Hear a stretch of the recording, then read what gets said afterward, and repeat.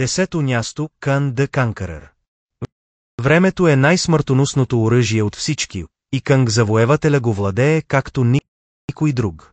Пътувайки между времевите линии, той е завладял кралства, побеждавал е цели цивилизации и дори е надхитрил отмъстителите. Най-голямата му сила? Той вече е победил. Дори преди да започне битката.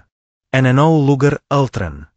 Безмилостен изкуствен интелект, създаден да защитава, но решен да унищожи. Ултрун се развива с всяко поражение, ставайки все по-смъртоносен. Какво може да победи нещо, което никога не спира да се учи?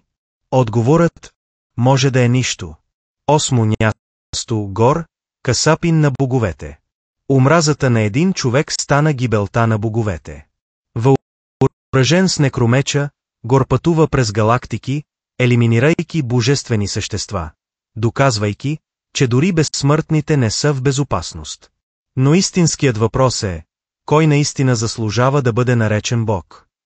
7 място, Кнул, богът на симбиотите.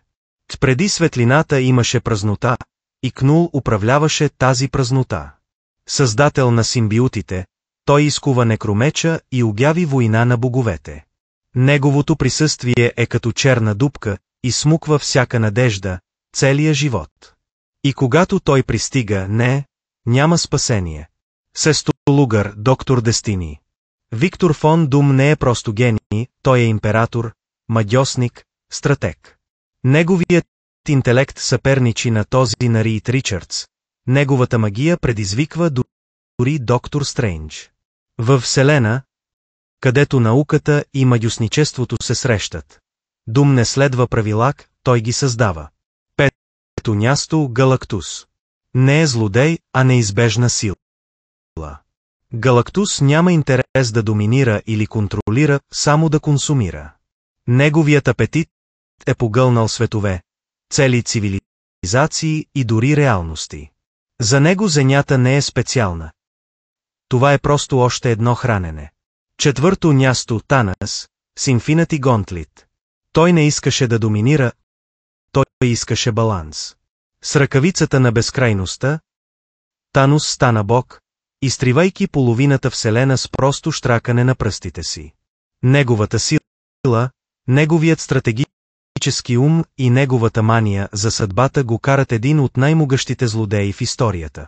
3 място, Дарк Феникс. Огънят, който дава живот и който поглъща всичко.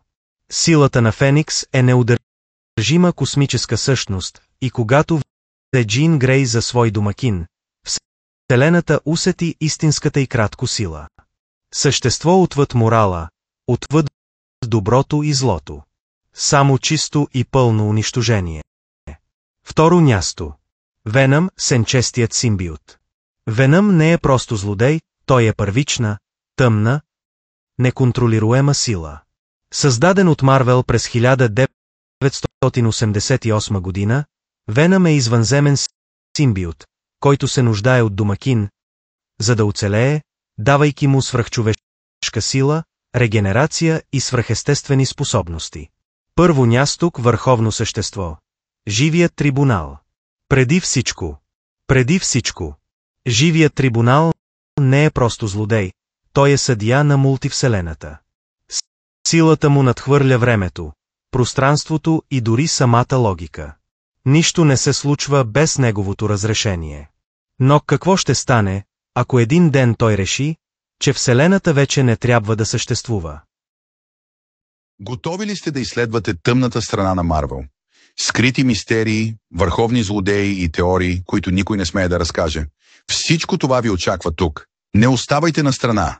Регистрирайте се сега, активирайте камбаната и елате да откриете най-мрачните тайни на мултивселената.